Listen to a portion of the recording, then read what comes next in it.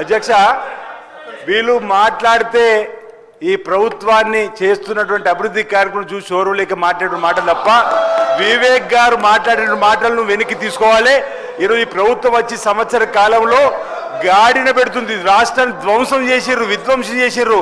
Commission Kakatiya, commission Kaleshwaram, commission బర్లు, commission గొర్రెలు, commission చేపలు, టెలిఫోన్ ట్యాపింగ్లు, ఈ కార్ రేసింగ్లలో ప్రతి దానిలో కమిషన్లకు అలవాటు పడ్డ పాత ప్రభుత్వం పచ్చ కాపులను దేశం అంతా పచ్చగన్నట్టు వాళ్ళు తీసుకున్నట్టుగా వాళ్ళు చేసినట్టుగా చేస్తున్న చెప్పినటువంటి ఆరోపణలు ఇది శుద్ధ తప్పు అధ్యక్ష.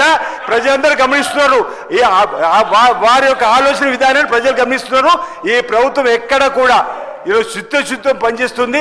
వారి మాటలు మీరు వెనక్కి తీసుకోమని చెప్పినప్పటికీ, ఈ రికార్డు చేసి తొలగిస్తామని చెప్పినప్పటికీ కూడా అదే పదేగా వారు మాట్లాడేటువంటి మాటలు ఏవైతున్నాయో ఇదందరూ కూడా దళిత బంధువులకు కూడా అధ్యక్ష వాళ్ళు తీసుకున్నట్టు ఒకటా రెండా వాళ్ళు 10 సంవత్సరాలలో కమిషన్ల పేరిట వేల కోట్లకు పడిగెత్తినటువంటి వాళ్ళే ఈరోజు మా మీద మాట్లాడారు అధ్యక్ష అంటున్నాం.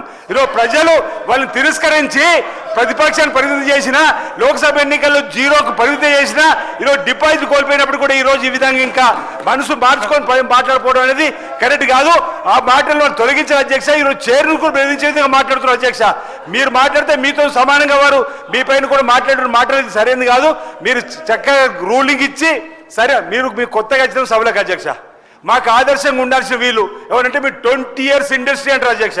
21 సంవత్సరం నుంచి సభలు ఉన్నామని చెప్పి సూచన చేసిన వీళ్ళు ఈ విధంగా మాట్లాడితే దాన్ని ఖండించకుండా ప్రోత్సహించడం ఎంతవరకు సభ అధ్యక్ష? ఈరోజు వారి యొక్క విధానాన్ని ప్రజలు తిరస్కరిస్తున్నారు. హౌస్లో కూడా ప్రతి ఒక్కరు ఖండిస్తున్న సందర్భం అధ్యక్ష.